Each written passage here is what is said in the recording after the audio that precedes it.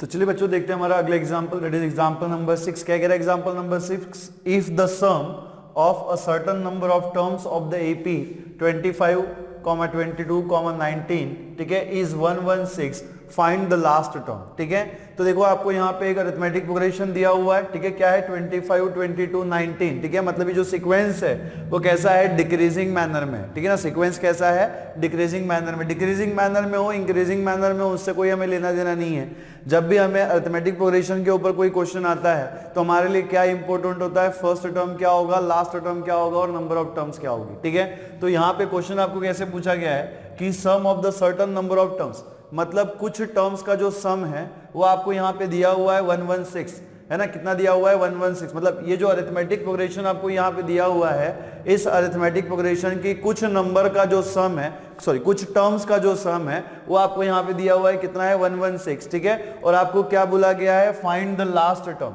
मतलब इस प्रोग्रेशन की, ये जो प्रोग्रेशन आपको दिया हुआ है इसकी आपको लास्ट टर्म निकालनी है। अब लास्ट टर्म निकालने के लिए सबसे पहले हमें यह पता करना पड़ेगा कि इसमें कितनी टर्म्स है, कितनी नंबर ऑफ टर्म्स है। मान लो अगर इस एपी में 7 टर्म्स है तो लास्ट टर्म मतलब क्या, 7 टर्म हमें निकालना होगा। ठीक है ना, तो सबसे पहले हम क्या करेंगे, यहाँ पे n की वैल्यू निकालेंगे, है ना, क्या करेंगे हम n की वैल्यू निकालेंगे। n की वैल्यू निकालने के बाद हमें ये पता चल जाएगा कि लास्ट टर्म मतलब एग्जैक्टली कौन सी टर्म ये कह रहा है। ठीक है ना, तो यहाँ पे आपको अरिथमेटिक प्रोग्रेशन दिया हुआ है। अरिथमेटिक प्रोग्रेशन में ये जो टर्म आपको दिख रहा है 25, ये क्या हो जाएगा, आपका फर्स्ट टर्म हो जाएगा। जैसे कि मैंने आपको कहा कि जब भी अरिथमेटिक प्रोग्रेशन का हमें क्वेश्चन आता है तो हमारे लिए इंपॉर्टेंट क्या है, फर्स्ट टर्म, लास्ट टर्म और कॉमन डिफरेंस। ठीक है, तो देखो ये फर्स्ट टर्म हो गया, ये आपका सेकंड टर्म हो गया, तो इन दोनों का डिफरेंस लेके, ठीक है, फर्स्ट टर्म, ये फर्स्ट टर्म हो गया और ये सेकंड टर्म हो गया, तो सेकंड एंड फर्स्ट टर्म का डिफरेंस लेके आप कॉमन डिफरेंस निकाल सकते हो। ऑब्वियस सी बात है, अगर ये अरिथमेटिक प्रोग्रेशन में है तो इसके हर टर्म का difference with its preceding term कैसा होना चाहिए, सेम होना चाहिए। तो हर टर्म का डिफरेंस चेक करने की जरूरत नहीं है, सिर्फ हम क्या करेंगे, सेकंड टर्म का डिफरेंस फर्स्ट टर्म के साथ ले लेंगे तो हमें क्या मिल जाएगा, कॉमन डिफरेंस मिल जाएगा। ठीक है, तो फर्स्ट टर्म हमें मिल जाएगी, कॉमन डिफरेंस भी हमें मिल जाएगा, और आपको यहाँ पे दिया क्या है, sum of the certain terms, मतलब Sn की वैल्यू हमें यहाँ पे दी है ना, Sn की वैल्यू कितनी है 116। क्या फाइंड करना है, फाइंड द लास्ट टर्म। तो लास्ट टर्म निकालने के लिए सबसे पहले हम क्या करेंगे, n की वैल्यू निकालेंगे, और n की वैल्यू आने के बाद हम लोग क्या करेंगे, लास्ट टर्म निकालेंगे। तो लिखिएगा solution for the example number 6, है ना, solution for the example number 6। ठीक है, तो यहां पे देखिए, late a be the first term, let a be the first term and, ठीक है, and d be the last term of AP।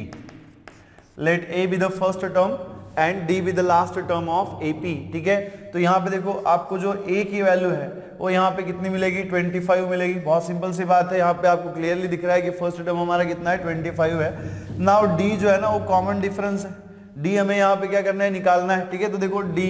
को निकालने के लिए, मान लो अगर आपका ये A1 है और ये आपका A2 है, तो D निकालने का तरीका क्या हो गया, A2 माइनस A1, है ना, या फिर A2 माइनस A भी आप कह सकते हो, क्योंकि जनरली हम फर्स्ट टर्म को A से ही डिनोट कर रहे हैं। ठीक है, तो A2 minus A1 is equal to कितना होना चाहिए, इज इक्वल टू, देखो A2 यहाँ पे कितना है 22 माइनस A कितना है हमारे यहाँ पे 25, तो आपको जो डिफरेंस मिलेगा वो कैसा मिलेगा, निगेटिव मिलेगा। D इज इक्वल टू आपको यहाँ पे कितना मिल रहा है, -3। अब ये निगेटिव क्यों मिल रहा है, निगेटिव हमें इसलिए मिल रहा है क्योंकि जो सीक्वेंस है वो कैसा है, डिक्रीजिंग मैनर में, मतलब first term is the greatest term और बाकी की जो टर्म्स है वो कैसे होती जा रही है, डिक्रीज होते जा रही है, इसलिए हमें जो डिफरेंस मिल रहा है वो कैसा मिल रहा है, निगेटिव मिल रहा है। ठीक है,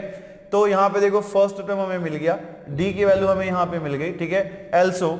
ठीक है, एल्सो गिवन, ठीक है, given Sn is equal to आपको यहाँ पे दिया हुआ है, कितना दिया हुआ है 116, है ना, Sn की वैल्यू हमें यहाँ पे दी है, कितनी है 116। नाउ देखो हमारे पास ना एक फॉर्मूला है, हमें पता है कि sum of n terms in AP कैसे निकालते हैं, है ना, उसको निकालने का फॉर्मूला क्या है, Sn इज इक्वल टू क्या होता है, n/2 multiplied by a plus l, है ना। देखो ये फॉर्मूला जो है आपको बहुत सिंपल तरीके से याद रखना है। ठीक है, अब यहाँ पे इसको हम अपने जरूरत के हिसाब से कन्वर्ट भी कर सकते हैं, क्योंकि हमें लास्ट टर्म ही निकालना है ना। तो यहाँ पे देखो लास्ट टर्म वाला भी फॉर्मूला हमारे पास है, क्या होता है, first term plus n-1 into क्या होता है, कॉमन डिफरेंस। तो अगर ये लास्ट टर्म की वैल्यू हम इसमें रख दे तो आपको क्या मिलेगा, Sn is equal to n/2 multiplied by a plus L की जगह पे क्या आएगा a plus N minus one into D, ठीक है। तो यहाँ पे देखिए आपको क्या मिलेगा n/2, a प्लस ए कितना हो जाएगा twice a plus N minus one into D, है ना, twice a plus N minus one into D. तो Sn की वैल्यू हमें यहाँ पे कितनी मिल गई n/2 multiplied by twice a plus N minus one into D, ठीक है। सो देयरफॉर, ठीक है, therefore Sn is equals to कितना हो जाएगा, Sn is equals to n/2 multiplied by twice a plus N minus one into D, ठीक है। Now यहाँ पे देखिए Sn is equals to, Sn हमें दिया हुआ है कितना है 116, तो यहाँ पे हम नोट कर लेंगे 116 मल्टीप्लाइड बाय, ठीक है, इज इक्वल्स टू n की तो वैल्यू हमें निकालनी है, सो n/2 multiplied by twice a। यहाँ पे देखिए a की जगह पे हमें कितना रखना है 25, तो यहाँ पे हम रख देंगे, ठीक है, 25 रखेंगे तो क्या हो जाएगा ये 2 इंटू 25, और यहाँ पे देखिएगा प्लस, ठीक है ना, प्लस यहाँ पे देखो n minus one into D, है ना, कितना ये n minus one into D, तो ये n माइनस वन जो है इसको हम एज इट इज रखेंगे, और d की जगह पे हम कितना रखेंगे -3, है ना, d की जगह पे हम कितना रखेंगे -3, और यहाँ पे ये ब्रैकेट क्लोज। नाउ देखिए इसी को हम कैसे लिख सकते हैं 116 is equals to this is n/2, और यहाँ पे देखिएगा 2 इंटू 25 कितना हो जाएगा 50, प्लस यहाँ पे देखिए ये माइनस साइन हम सामने लगा देंगे तो कितना हो जाएगा -3 इंटू n माइनस वन, ठीक है, -3 into n minus one. Now यहाँ पे देखिएगा दिस विल इम्प्लाइज, ठीक है, यहाँ पे देखो ये जो डिनोमिनेटर में 2 है ना, इसको हम इधर शिफ्ट कर देंगे, तो ये कितना हो जाएगा 2 इंटू 116, और इसके बराबर में हमें कितना मिलेगा n मल्टीप्लाइड बाय, ठीक है, यहाँ पे देखो 50 माइनस 3 से हम अंदर मल्टीप्लाई करेंगे, -3 इंटू n कितना हो जाएगा -3n हो जाएगा, ठीक है। नाउ यहाँ पे देखिए -3 इंटू -1 कितना हो जाएगा +3, -3 इंटू -1 कितना हो जाएगा हमारा +3 हो जाएगा। तो यहाँ पे अगेन नाउ 2 इंटू 116 कितना होना चाहिए, 2 6 जा कितना होता है 12, रिमाइंडर इज 1, 2 1 जा 2, 2 में 1 ऐड कर देंगे कितना हो जाएगा 3, एंड अगेन 2 इंटू 1 कितना हो जाएगा 232, ठीक है, और यहाँ पे इज इक्वल्स टू n से हम अंदर मल्टीप्लाई करेंगे तो n इंटू 50 कितना हो जाएगा 50n, ठीक है। देन यहाँ पे देखिए n इंटू -3n कितना होना चाहिए -3n स्क्वायर, कितना हो जाएगा -3n स्क्वायर, और यहाँ पे देखो n प्लस, ठीक है, n इंटू +3 कितना होना चाहिए +3n, ठीक है, कितना हो जाएगा +3n। नाउ यहाँ पे देखो इसी को हम कैसे लिख सकते हैं, ये -3n स्क्वायर जो है ना इसको हम इधर शिफ्ट कर देंगे तो ये क्या हो जाएगा +3n स्क्वायर हो जाएगा, ठीक है। यहाँ पे देखिए +232 जो है वो ऑलरेडी है, और ये 50n + 3n कितना हो जाएगा 53n, ठीक है ना, कितना होना चाहिए 53n। इसी को हम कैसे लिख सकते हैं देखिएगा 3n स्क्वायर, 53n को हम इधर शिफ्ट कर देंगे कितना हो जाएगा -53n, और यहाँ पे कितना हो जाएगा +232 इज इक्वल्स टू कितना हो जाएगा 0 हो जाएगा, ठीक है। देखो यहाँ पे इसके आपको ऐसे फैक्टर्स निकालने हैं, पहले क्या करना पड़ेगा 232 को 3 से मल्टीप्लाई करना पड़ेगा, लेकिन इतने बड़े फैक्टर्स निकालना थोड़ा डिफिकल्ट हो जाएगा, तो हम क्या करेंगे ना इसको इसके साथ कंपेयर करेंगे an square plus bn plus c is equals to 0। इस इक्वेशन के साथ अगर हम कंपेयर करें तो यहाँ पे देखो n स्क्वायर के सामने क्या है a है, और यहाँ पे देखो n स्क्वायर के सामने क्या है 3 है, तो a इज इक्वल्स टू बेटा कितना हो जाएगा 3 हो जाएगा, ठीक है ना। नाउ यहाँ पे देखिए n के सामने क्या है b है, यहाँ पे n के सामने क्या है -53 है, तो जो b का वैल्यू है वो कितना हो जाएगा -53 हो जाएगा। उसके बाद आप यहाँ पे देखिए c कांस्टेंट है, यहाँ पे कितना है 232 है, तो c इज इक्वल टू कितना हो जाएगा 232, है ना, कितना होना चाहिए 232। नाउ देखो हमारे पास फॉर्मूला है कि क्वाड्रेटिक इक्वेशन का रूट हम कैसे निकालते हैं, तो n इज इक्वल टू क्या होता है, क्या फॉर्मूला है -b plus minus under root of b square -4ac divided by twice a, ठीक है। जब कभी भी आपको रूट निकालना डिफिकल्ट लगे, डायरेक्ट रूट निकालना आपको डिफिकल्ट लगे, तो आप इस फॉर्मूले का यूज कर सकते हो, ठीक है ना। तो यहाँ पे देखिएगा n is equal to -b, देखो b की वैल्यू कितनी है 53, तो ये माइनस ऑफ कितना हो जाएगा -53 प्लस माइनस, ठीक है ना, plus minus under root of, यहाँ पे देखिए यहाँ पे आपको कितना मिलेगा b square that is what -53 का स्क्वायर, और यहाँ पे देखिए -4 मल्टीप्लाइड बाय a कितना है हमारा 3 मल्टीप्लाइड बाय कितना है c का वैल्यू कितना है बेटा 232, कितना है 232, और यहाँ पे डिवाइडेड बाय देखिएगा 2 इंटू दैट इज 2 इंटू कितना होना चाहिए 3। ना देखो इसी को अगर हम सॉल्व करें तो माइनस ऑफ -53 कितना हो जाएगा +53, और यहाँ पे क्या मिलेगा plus minus under root of, ठीक है, अंडर रूट ऑफ, देखिए आपको यहाँ पे क्या मिलेगा -53 का स्क्वायर, माइनस का स्क्वायर क्या हो जाएगा प्लस हो जाएगा, तो 53 इंटू 53 करेंगे, देखो क्या मिलेगा 53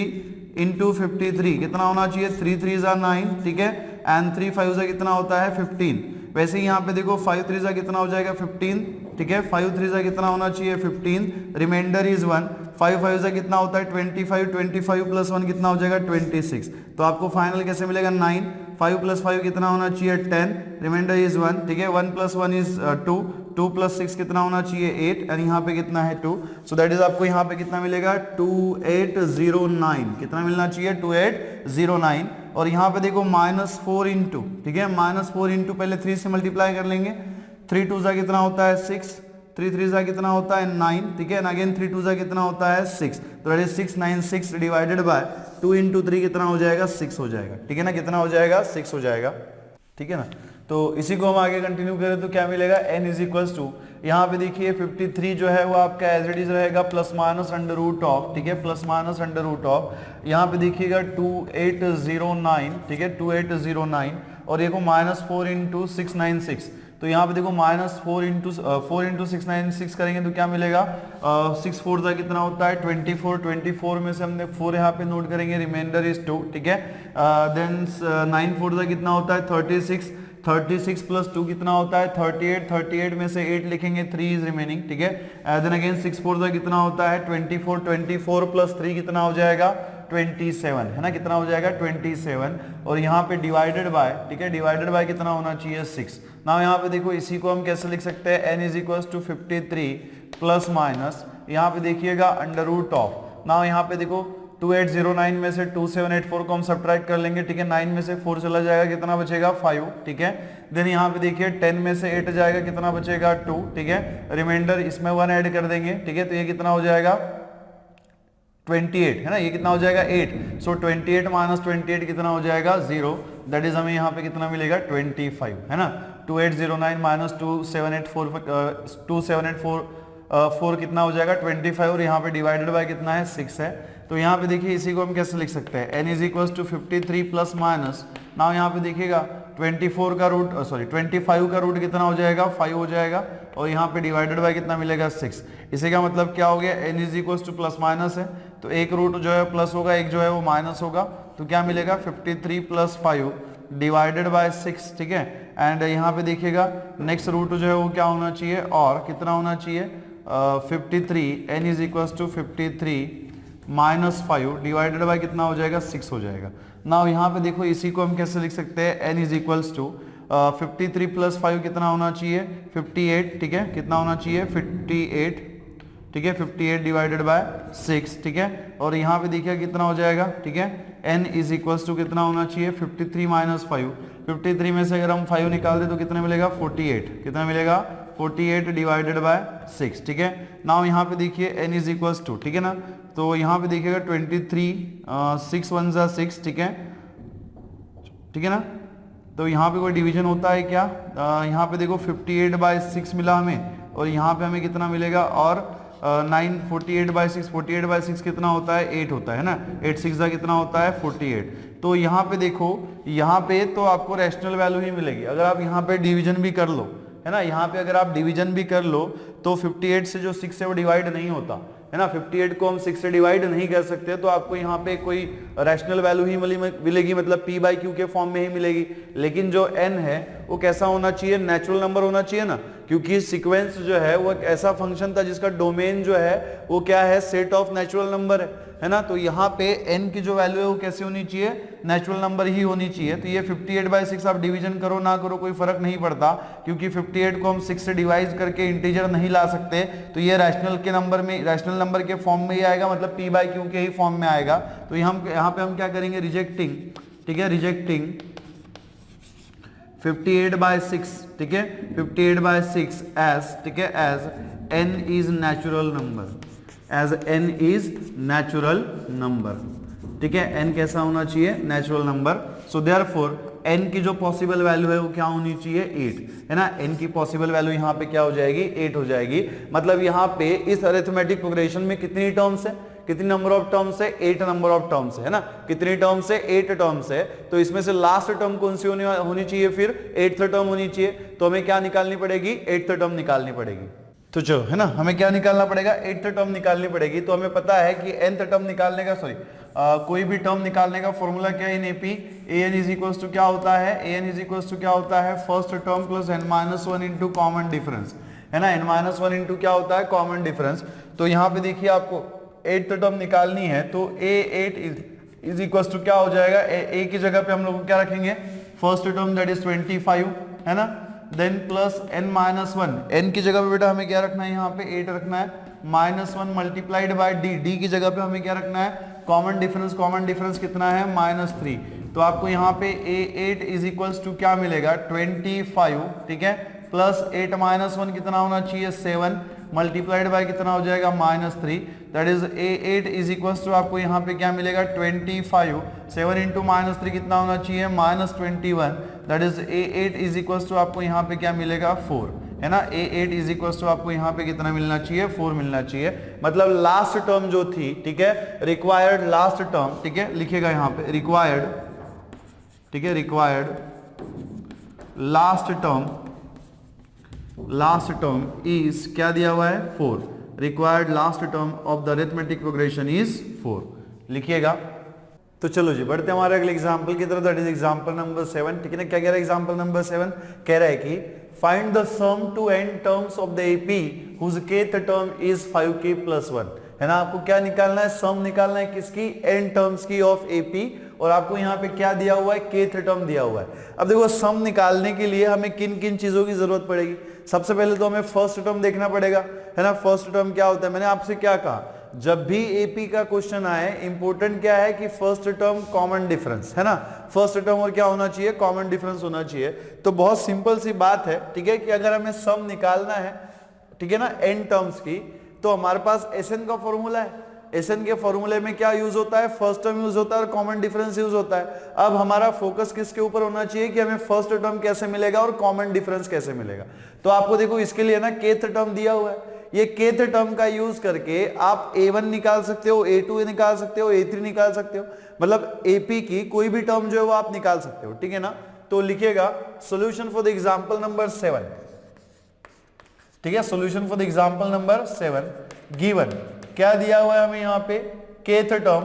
टर्म को हम किससे डिनोट करेंगे, ak से डिनोट करेंगे। सो ak इज इक्वल टू कितना मिलेगा आपको, 5k + 1, है ना, कितना मिलेगा, 5k + 1, ठीक है। सो अगर मैं यहाँ पे a k की जगह पे 1 पुट करता हूँ, so when k is equals to 1, जब k की वैल्यू जो है 1 होगी तो आपको यहाँ पे क्या मिलेगा, a1 मिल जाएगा, है ना। क्या मिलेगा, a1 मिल जाएगा, मतलब फर्स्ट टर्म ऑफ ap मिल जाएगा, ठीक है ना। क्या मिलेगा, फर्स्ट टर्म ऑफ ap। तो a1 इज इक्वल्स टू बेटा यहाँ पे क्या हो जाएगा, k की जगह पे हम 1 पुट कर देंगे, k इंटू 1 इंटू 5 कितना होना चाहिए, 5, एंड 5 + 1 कितना हो जाएगा, 6 हो जाएगा। When k is equals to 2, है ना, जब आप k की जगह पे 2 रखोगे, k की वैल्यू तो कुछ भी हो सकती है ना, नेचुरल नंबर 1 हो सकता है, 2 हो सकता है। एक बात ध्यान में रखिए, जो भी आप n की वैल्यू पुट करोगे वो नेचुरल नंबर ही होना चाहिए। क्यों, क्योंकि भले ही ये AP हो, लेकिन AP के पहले क्या है, सीक्वेंस है ना, और सीक्वेंस का मतलब क्या, it is a function of, ठीक है, इट इज अ फंक्शन उस domain is a set of natural number. तो आप जब भी n की वैल्यू पुट करें, आपको ये बात ध्यान में रखनी है कि हम कॉन्जिक्यूटिव नेचुरल नंबर्स ही पुट करेंगे, है ना। कैसे natural numbers, consecutive natural numbers, मतलब एक के बाद एक आने वाले। देखो जैसे मैंने यहाँ पे 1 पुट किया, 1 के बाद मैंने 2 पुट किया, कॉन्जिक्यूटिव है ना। तो यहाँ पे देखिएगा, अगर हम k की जगह पे 2 रखेंगे तो क्या मिलेगा, a2 इज इक्वल्स टू, देखो 2 इंटू 5 कितना हो जाएगा, 10, एंड 10 + 1 कितना होना चाहिए, 11। वैसे ही यहाँ पे देखो, ठीक है, k इज इक्वल्स टू अगर हम 3 रखते हैं, when k is equals to 3, तो यहाँ पे देखिएगा a3 जो है क्या मिलेगा आपको, a3 मिलेगा। a3 इज इक्वल्स टू कितना होना चाहिए, 5 इंटू 3 कितना हो जाएगा, 15, 15 + 1 कितना होना चाहिए, 16। बात समझ में आ रही है। देखो यहाँ पे 5 की जगह पे अगर हम k की जगह पे हम 3 रखेंगे तो 3 इंटू 5 कितना हो जाएगा, 15, एंड 15 + 1 कितना होना चाहिए, 16। वैसे ही जब k की जो वैल्यू है वो यहाँ पे 4 हो जाएगी, है ना, k की वैल्यू आपको यहाँ पे 4 हो जाएगी, तो आपको क्या मिलेगा, a4 मिल जाएगा, मतलब fourth term of the AP मिलेगा, ठीक है ना। तो देखिएगा क्या मिलेगा, k की जगह पे 4 रखेंगे तो 4 इंटू 5 कितना हो जाएगा, 20, 20 + 1 कितना होना चाहिए, 21 होना चाहिए, ठीक है। तो ऐसे ही आप AP की नंबर ऑफ टर्म्स निकाल सकते हो, लेकिन हमें क्या निकालना है, ठीक है ना, सम ऑफ n टर्म्स निकालना है, जिसके लिए हमें किसकी जरूरत है, फर्स्ट टर्म की जरूरत है और कॉमन डिफरेंस की जरूरत है। तो भाई साहब आपने तो AP की टर्म्स निकाल ली ना, अब इसके ऊपर से आप कॉमन डिफरेंस भी निकाल सकते हो। सो देयरफॉर, ठीक है, देयरफॉर AP इज, ठीक है, देयरफॉर, ठीक है ना, टर्म्स इन AP, टर्म्स, ठीक है ना, therefore terms in AP are, ठीक है, टर्म्स इन AP आर क्या होनी चाहिए 6, 11, ठीक है, 16, देन यहाँ पे आपको क्या दिख रहा है 21 एंड सो ऑन। तो ये देखो ये हमारी फर्स्ट टर्म हो गई, ये क्या हो गई हमारी लास्ट, सॉरी सेकंड टर्म हो गई, ये हो गई हमारी थर्ड टर्म और ये क्या हो गई हमारी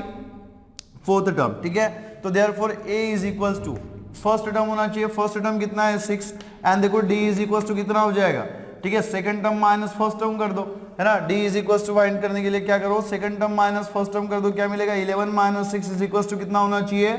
5, है ना, कितना हो जाएगा 5 हो जाएगा। तो A की वैल्यू आपको यहाँ पे 6 मिल गई और D की वैल्यू आपको यहाँ पे क्या मिल गई 5 मिल गई, ठीक है। नाउ हमें निकालना क्या है, sum to the n terms of the AP, जो हमें पता है हम किससे निकालते हैं, ठीक है। Now sum of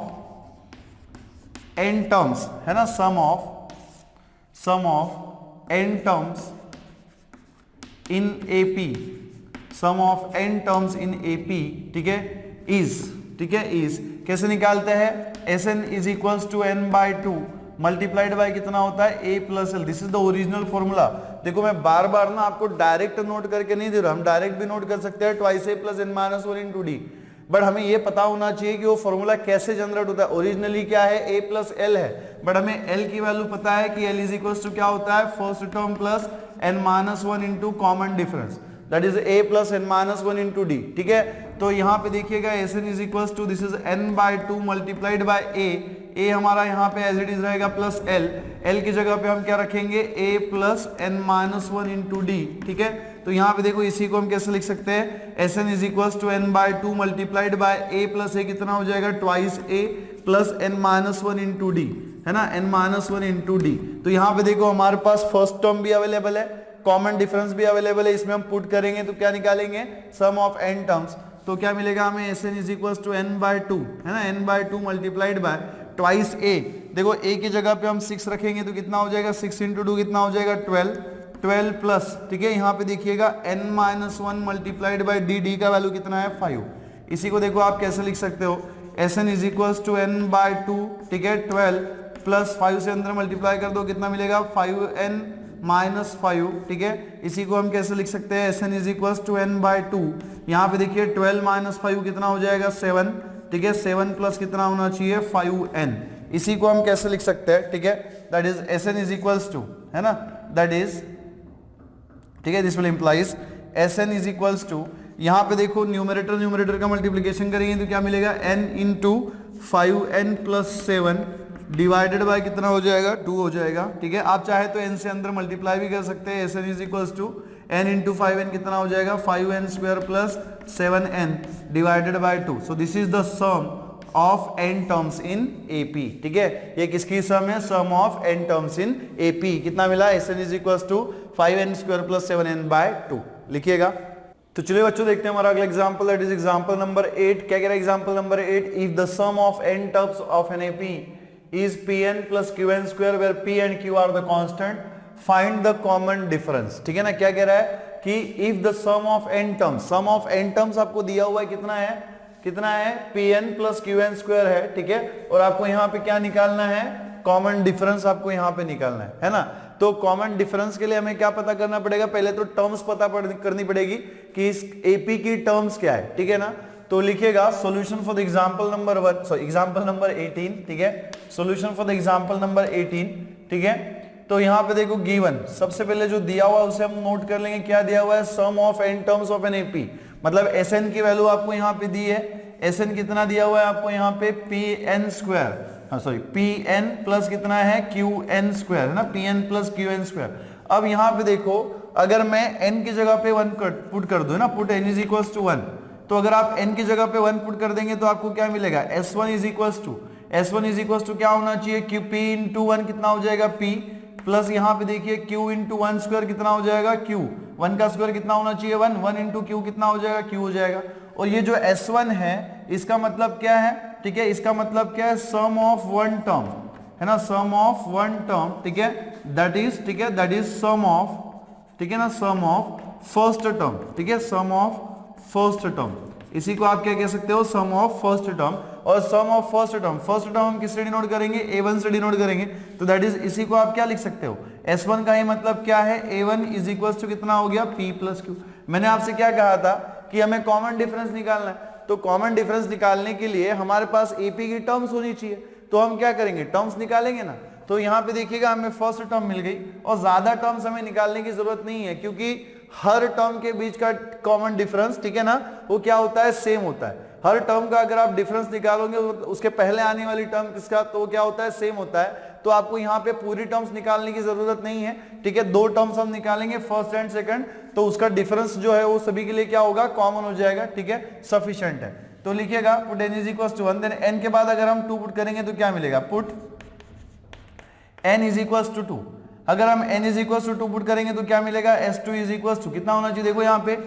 p into 2 कितना हो जाएगा, ट्वाइस p प्लस यहाँ पे देखिए n की जगह पे अगर हम 2 पुट करेंगे कितना हो जाएगा, 4 स्क्वायर, 2 का स्क्वायर कितना हो जाएगा 4, तो 4 इंटू क्यू कितना मिलेगा, 4q। नाउ अब मेरी बात सुनिए कि सम ऑफ n टर्म्स है ना, n टर्म्स की जो सम है वो हम किससे डिनोट करते हैं, n से डिनोट करते हैं। Sn का मतलब क्या, it is the sum of n terms, that is a1 plus a2 plus dot dot dot an, है ना। नाउ यहाँ पे देखिए, यहाँ पे s2 है, s2 का मतलब क्या हो, it is the sum of first 2 terms, है ना। s2 का मतलब क्या है, it is the sum of first 2 terms. अब यहाँ पे साइड में ऐसे चाहे तो लिख सकते हो, ठीक है, सम ऑफ, ठीक है, सम ऑफ 2 टर्म्स, है ना, सम ऑफ 2 टर्म्स, ठीक है, दैट इज सम ऑफ, ठीक है, sum of first and second term, sum of first and second term. तो भाई साहब अरिथमेटिक प्रोग्रेशन की फर्स्ट टर्म जो है हम a1 से डिनोट करेंगे, सेकंड टर्म हम किससे डिनोट करेंगे, a2 से डिनोट करेंगे। तो s2 का ही मतलब क्या हो गया, a1 प्लस a2, और इसके बराबर में हमें कितना मिलेगा, ट्वाइस p प्लस 4q, है ना। तो कहानी तो यहाँ पे सॉल्व हो गई। कैसे सॉल्व हो गई, फर्स्ट टर्म हमारे पास है, ठीक है ना, a1 प्लस a2 हमारे पास है, a1 प्लस a2 में से हम क्या कर सकते हैं, a2 की वैल्यू निकाल सकते हैं। तो देखो इसी को हम कैसे लिख सकते हैं, a2 इज इक्वल टू कितना हो जाएगा, twice p plus 4q minus a, है ना। तो यहाँ पे देखिएगा this will implies a2 is equal to, ठीक है, a2 इज इक्वल टू यहाँ पे देखो twice p plus 4q, twice p plus 4q minus a। देखो a की वैल्यू यहाँ पे क्या है, a1 हमारे पास क्या, a का ही मतलब क्या है, a1, है ना, a को ही आप a1 कह सकते हो। तो a1 की वैल्यू हमारे पास कितनी है यहाँ पे, p प्लस q, a1 की वैल्यू हमारे पास कितनी है, p प्लस q। इसी को हम कैसे लिख सकते हैं, a2 is equal to twice p plus 4q, minus से अंदर मल्टीप्लाई कर दो, माइनस p माइनस q। तो देखो ट्वाइस p माइनस p कितना होना चाहिए, p, and 4q minus q कितना हो जाएगा, 3q हो जाएगा। तो this is the value of what, a2। ये आपको a2 का वैल्यू मिल गया और ये आपको a1 का वैल्यू आपके पास अवेलेबल है, ठीक है ना। तो यहाँ पे तो कहानी सॉल्व हो गई ना, क्योंकि हमें निकालना क्या है, हमें कॉमन डिफरेंस निकालना है, ठीक है ना। क्या निकालना है, कॉमन डिफरेंस। तो हमारे पास फर्स्ट 2 टर्म्स है, a1 है और क्या है, a2 है। तो common difference is equal to क्या हो जाएगा, d इज इक्वल टू कितना होना चाहिए, a2 माइनस a1, ठीक है ना। कितना हो जाएगा, a2 minus a1। So d is equal to आपको यहाँ पे क्या मिलेगा, a2 का वैल्यू कितना है, p plus 3q minus q, sorry minus a1 का वैल्यू कितना है, p प्लस q, है ना। a1 का वैल्यू कितना है, p प्लस q, a1 का वैल्यू कितना है, p प्लस q। इसी को हम कैसे लिख सकते हैं, d is equal to p plus 3q, और माइनस साइन से अंदर मल्टीप्लाई कर दो तो कितना मिलेगा, minus p minus q, that is d is equal to कितना होना चाहिए, p माइनस p आपका यहाँ से उड़ जाएगा, 3q माइनस q कितना होना चाहिए, ट्वाइस q, ठीक है ना। कितना हो जाएगा, ट्वाइस q। तो जो कॉमन डिफरेंस है वो हमें यहाँ पे कितना मिल रहा है, ट्वाइस q मिल रहा है, ठीक है ना। तो लिखेंगे कैसे हम, सो देयरफॉर कॉमन डिफरेंस